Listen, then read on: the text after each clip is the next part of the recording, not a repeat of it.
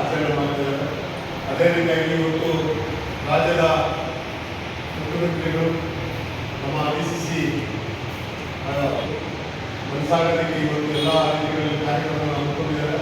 ಅದೇ ರೀತಿಯಾಗಿ ಇವತ್ತು ಕೋಲಾರ ಜಿಲ್ಲೆಯಲ್ಲಿ ನಮ್ಮ DCC ಅಧ್ಯಕ್ಷರಾದಂಥ ಲಕ್ಷ್ಮೀನಾರಾಯಣವರು, ಕಾರ್ಯಾಧ್ಯಕ್ಷರಾದಂಥ ಗುರುಭಾವರ್ ಸಿಂಗ್ರವರು, ಹಿರಿಯರಾದಂಥ ಮಂಜಣ್ಣವರು, ಬ್ಲಾಕ್ ಕಾಂಗ್ರೆಸ್ನ ಅಧ್ಯಕ್ಷರಾದಂಥ ಪ್ರಸಾದ್ ಬಾಬಣ್ಣವರು, ಉಮೇಶ್ವರವರು, ಇವರ ಸಮ್ಮುಖದಲ್ಲಿ ಎಲ್ಲರೂ ಪಕ್ಷದ ಹಿರಿಯ ಮುಖಂಡರ ಸಮ್ಮುಖದಲ್ಲಿ ಇವತ್ತು ಇವರ 34ನೇ ಜಯಂತ್ಯೋತ್ಸವ ಕಾರ್ಯಕ್ರಮವನ್ನು ನಾವೇನು ಹಮ್ಮಿಕೊಂಡಿದ್ವಿ.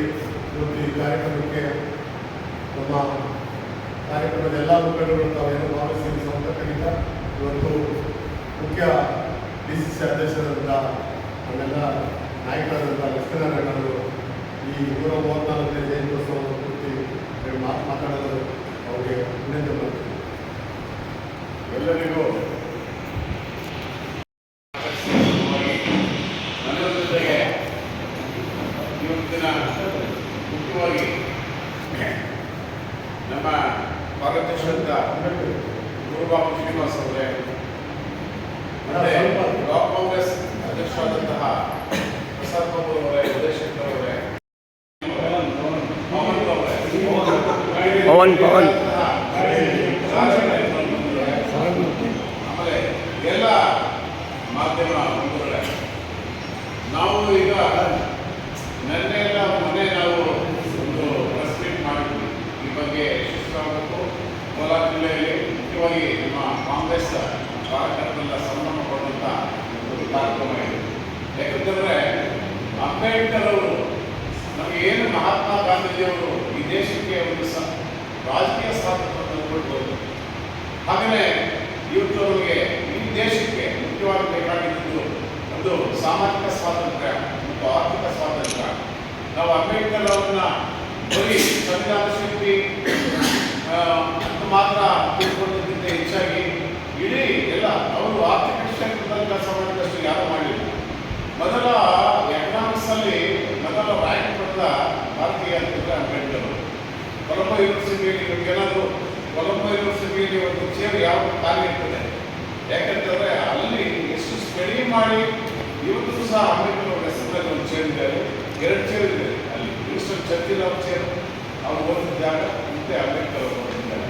ಅಂಬೇಡ್ಕರ್ ಅವರು ನಮಗೇನು ಸಂವಿಧಾನ ಕೊಟ್ಟರು ಅದು ಮಿಕ್ಕೆಲ್ಲ ರಾಷ್ಟ್ರಗಳಿಗೆ ಏನು ಪ್ರಜಾಪ್ರಭುತ್ವದ ಹಾದಿಯಲ್ಲಿ ಕೊಟ್ಟಲ್ಲ ಎಲ್ಲ ರಾಷ್ಟ್ರಗಳು, ಅದಕ್ಕೆಲ್ಲವನ್ನು ಬುನಾದಿ ಆಗಿದ್ದು ಅಂಬೇಡ್ಕರ್ ಅವರು ರಚಿಸಿದಂಥ ಭಾರತಕ್ಕೆ ರಚಿಸಿದಂತಹ ಒಂದು ಸಂವಿಧಾನ ಇದೆಯಲ್ಲ, ಅದೆಲ್ಲ ದೇಶಕ್ಕೂ ಮಾರ್ಗ ಆಗಿದ್ದು.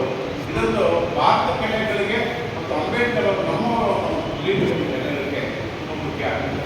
ಹಾಗೆಯೇ ನಾವು ಈಗೆಲ್ಲ ಏನಾಗ್ತದೆ ಅಂತಂದರೆ ದೇಶ ಹೊರಗದಾನೆ ಅಂತ ಹೊರಟಿದ್ದೇವೆ.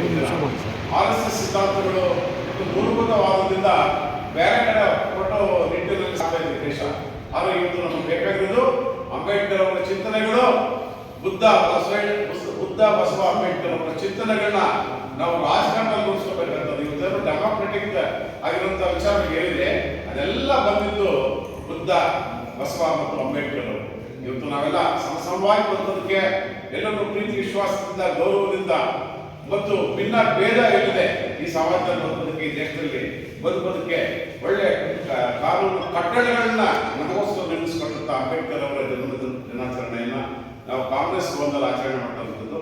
ಎಲ್ಲ ಕಾಂಗ್ರೆಸ್ ಮುಖಂಡರು ಬರೀ ಇನ್ನೂ ಇದ್ದಾರೆ. ಬಟ್ ಏನು ಮಾಮೂಲಿಯಾಗಿ ನಾವು ಹೇಳ್ತಾ ಇರ್ತೀವಿ, ಇಲ್ಲ ಸ್ವಲ್ಪ ಎಲ್ಲ ಒಂದು ಕಾಂಗ್ರೆಸ್ ಬಗ್ಗೆ ಹೆಚ್ಚು ಅಭಿಮಾನ ಮತ್ತು ಆಕ್ಟಿವ್ ಆಗಿರುವಂತಹ ಕಾರ್ಯಕರ್ತರು, ಲೀಡರ್ಗಳು ಎಲ್ಲ ಯಾವುದೇ ಒಂದು ಕಾರ್ಯಕ್ರಮ ಆಗಲಿ ತುಂಬ ಪ್ರೀತಿಯಿಂದ ವಾಲಂಟಿಯರ್ ಬಂದು ಎಲ್ಲ ಕಾರ್ಯಕ್ರಮಗಳನ್ನ ಎಲ್ಲರೂ ಯಶಸ್ವಿ ಮಾಡ್ತಾ ಇದ್ದಾರೆ. ಇದಕ್ಕೆ ನಮ್ಮ ಬ್ಲಾಕ್ ಕಾಂಗ್ರೆಸ್ ಅಧ್ಯಕ್ಷರುಗಳು ಮತ್ತು ಜಿಲ್ಲಾ ಕಮಿಟಿಯ ಎಲ್ಲ ನಮ್ಮ ಬಂಧುಗಳಿದ್ದಾರಲ್ಲ, ಇವರೆಲ್ಲ ಸೇರಿ ಎಲ್ಲ ಕಾರ್ಯಕ್ರಮಗಳನ್ನ ಯಶಸ್ವಿ ಮಾಡ್ತಾ ಇದ್ದಾರೆ. ಮತ್ತೊಮ್ಮೆ ಅವರು ಹೊಂದಿಸ್ತಾ ಮತ್ತೆ ನನಗೆ ಅವಕಾಶ ಕೊಡ್ತಾ ಎಲ್ಲ ನಮ್ಮ ಸ್ನೇಹಿತರು ಹೊಂದಿಸ್ತಾ ನನ್ನ ಮಾತು ಮುಗಿಸ್ತಾ ಇದ್ದೀನಿ. ನಮಸ್ಕಾರ. ಧನ್ಯವಾದಗಳು. ಅದೇ ರೀತಿಯಾಗಿ ಪಕ್ಷದ ಕಾರ್ಯಾಧ್ಯಕ್ಷರಾದಂಥ ಗುರುಭಾವರ್ ಸಿಂಗ್ರವರಿಗೆ ಅವರು ಎಲ್ಲರ ಹೆಸರು ಕೂಡ ಅಧ್ಯಕ್ಷ ಮಾಡಿದ್ದಾರೆ. 134ನೇ ವರ್ಷದ ಹುಟ್ಟುಹಬ್ಬವನ್ನು ಇಡೀ ದೇಶ ಹಬ್ಬದ ರೀತಿ ಆಚರಣೆ ಮಾಡ್ತಾ ಇದೆ. ಅಂಬೇಡ್ಕರ್ ಅವರು ಈ ದೇಶಕ್ಕೆ ಕೊಟ್ಟಿರ್ತಕ್ಕಂಥ ಸಂವಿಧಾನ ಇಡೀ ಪ್ರಪಂಚ ಕಣ್ಣು ಬಿಸಿ ನೋಡ್ತಕ್ಕಂಥ ಒಂದು ಸನ್ನಿವೇಶ ಇವತ್ತು ಭಾರತ ದೇಶದಲ್ಲಿದೆ. ಭಾರತ ದೇಶದಲ್ಲಿ ಜಗತ್ತು ಭಾರತ ದೇಶಕ್ಕೆ ಗೌರವವನ್ನು ಮೊಟ್ಟ ಮೊದಲಿಗೆ ದೇಶದ ಲೋಕಸಭೆಯಲ್ಲಿ ಮತ್ತು ಅವರ ಬರವಣಿಗೆಗಳಲ್ಲಿ ಸಂವಿಧಾನ ಮಹಿಳೆಯರಿಗೆ ವಿಶೇಷವಾದ ಸ್ಥಾನವನ್ನು ಕೊಡಬೇಕು, ಸಮಾನತೆಯನ್ನು ಕೊಡಬೇಕು ಅಂತ ಮೊಟ್ಟ ಮೊದಲು ಸ್ವರ ಎತ್ತಿದ್ದು ಅಂಬೇಡ್ಕರ್. ಹಾಗಾಗಿ ಈ ದೇಶದಲ್ಲಿ ಅಸಮಾನತೆ ಅಂತಕ್ಕಂಥದ್ದು ತುಂಬಿ ತುಳುಕಾಡ್ತಾ ಇರ್ತಕ್ಕಂಥ ಕಾಲದಲ್ಲಿ ಸಮಾನತೆಯನ್ನು ತರಲು ಎಲ್ಲರೂ ಕೂಡ ಭ್ರಾತೃತ್ವದಿಂದ ಬದುಕಬೇಕು.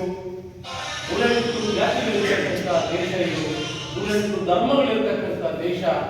ಈ ಎಲ್ಲ ಧರ್ಮಗಳ ಆಧಾರದ ಮೇಲೆ ಇರ್ತಕ್ಕಂಥ ವರ್ಗಗಳಿಗೆ ಎಲ್ಲರೂ ಒಟ್ಟುಗೂಡಿ ನಡೀತಕ್ಕಂಥ ಎಲ್ಲರೂ ಸಮಾನವಾದ ಹಕ್ಕನ್ನು ಕೊಡ್ತಕ್ಕಂಥ ಸಂವಿಧಾನವನ್ನ ಅಂಬೇಡ್ಕರ್ ಬಹುಶಃ ಪ್ರಪಂಚದಲ್ಲಿ ಯಾವುದೇ ಇದೆ ಈ ಥರದ ಸುಮಾರು 6,000 ದೇವರುಗಳು, 6,000 ಭಾಷೆಗಳು, 6,000 ಜಾತಿಗಳು ಇರ್ತಕ್ಕಂಥ ದೇಶ.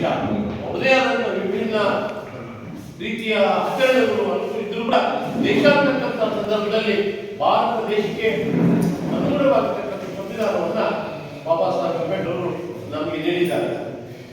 ನಾವು ಇವತ್ತು ಅವರ ಮಾತನ್ನು ಹೇಳ್ತಕ್ಕಂಥದ್ದೇ ಅಲ್ಲದೆ ಅವರು ಆಚರಣೆ ಮಾಡ್ಕೊಂಡು ಬಂದಂತ ವಿಚಾರಗಳನ್ನು ಕೂಡ ನಾವು ನಮ್ಮ ಜೀವನದಲ್ಲಿ ಕೈಗೂಡಿಸ್ಕೊಳ್ತಕ್ಕಂಥದ್ದು ಬಹಳ ಮುಖ್ಯವಾಗಿದೆ. ತಕ್ಷಣ ನಾವು ಹೇಳ್ತಾ ಕೊಳವೆ ಯೂನಿವರ್ಸಿಟಿಯಲ್ಲಿ ಅವರಿಗೆ ಒಂದು ಕುರ್ಚಿಯನ್ನ ಕಾಲಿಸಲಾಗಿದೆ ಅವರಿಗೆ ಅಂತ. ಇವತ್ತಿನ ಕಾಲಕ್ಕೆ 100 ವರ್ಷಗಳ ಕಾಲದಲ್ಲಿ ದೇಶದ ಅನೇಕ ಮಹಿಳೆಯರು ಅಲ್ಲ ಇರ್ತಾರೆ. ಅದೇ ನಾವು ಅವರು 3,600 ಪುಸ್ತಕಗಳು. ಇದು ಆಶ್ಚರ್ಯ. ನಾವೆಲ್ಲ ಓದಿದ್ರೆ ವಿದ್ಯಾವಂತರಾಗಿದ್ದೀರಿ. ಈ ದೇಶಕ್ಕೆ ಅವರು ಕೊಡ್ತಕ್ಕಂಥ ಕೊಡುಗೆ ಇಡೀ ಪ್ರಪಂಚದ ಜ್ಞಾನವನ್ನ 3,600 ಪುಸ್ತಕಗಳನ್ನು ಓದಿ ಈ ದೇಶಕ್ಕೆ ಹೋಗುತ್ತಾರೆ. ಹಾಗಾಗಿ ಅಂಬೇಡ್ಕರ್ ಅವರು ಕಾಂಗ್ರೆಸ್ ಪಕ್ಷಕ್ಕೆ ಮತ್ತು ಈ ದೇಶಕ್ಕೆ ಬಹಳ ದೊಡ್ಡ ಪ್ರಮಾಣದ ಶಕ್ತಿ. ಅವರು ಹೇಳಿದ್ರು, ನನ್ನ ಸಂವಿಧಾನವನ್ನ ಓದಿದ್ರೆ, ನಾನೇನು ಈ ದೇಶಕ್ಕೆ ಸಂವಿಧಾನವನ್ನು ಕೊಟ್ಟಿದ್ದೀನಿ, ಅದನ್ನು ನೀವು ಓದಿದ್ರೆ ನಾನೇನು ನಾನೇನು ತಿಳ್ಕೊಳಕ್ಕಾಗಲ್ಲ. ನಾನೇನು ನಿಮಗೆ ಅರ್ಪಣೆ ಕೊಟ್ಟಿದ್ದೀನಿ ಅದು ಓದಿದ್ರೆ ನಿಮ್ಗೆ ಅರ್ಥ ಆಗ್ತದೆ. ಬಹುಶಃ ಈ ದೇಶದ ಸಂವಿಧಾನ ನಿಮ್ಗೆ ಅರ್ಥ ಆಗೋದು 50 ವರ್ಷ ಬೇಕು ಅಂತ ಹೇಳಿದ್ರು. ಈಗ ಆ ಸಂವಿಧಾನ ಎಲ್ಲರ ಕೈಲಿದೆ. ಈ ದೇಶದಲ್ಲಿ ಹೊಂದಿರತಕ್ಕಂಥ ಮುಖ್ಯ ಅಂಶ ಸಂವಿಧಾನವನ್ನು ಹೊಂದಿರತಕ್ಕಂಥ ಅಂಶ ಆಗಿದೆ. ಕಾಂಗ್ರೆಸ್ಸಿನ ಮುಂದೆ ವಿಶೇಷವಾಗಿ ಸಂವಿಧಾನ ಉಳಿಸಬೇಕು ಅಂತಕ್ಕಂಥ ಒಂದು ಕಾರ್ಯ. ಹಾಗಾಗಿ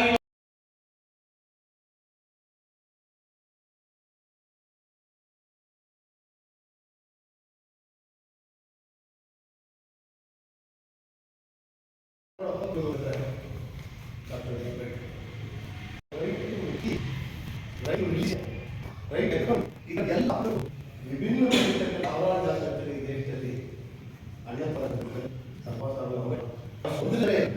ದೇಶದಲ್ಲಿ ಜೊತೆಗೆ ಅಂಬೇಡ್ಕರ್ ಅವರು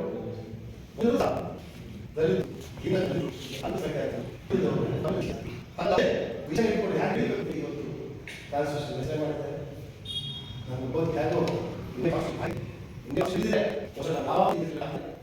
ಅಲ್ಲ ಕಾನ್ಸ್ಟಿಟ್ಯೂಷನ್ ನಾವೆಲ್ಲ ಸಭೆ ಮಾಡಿ ಎಲ್ಲ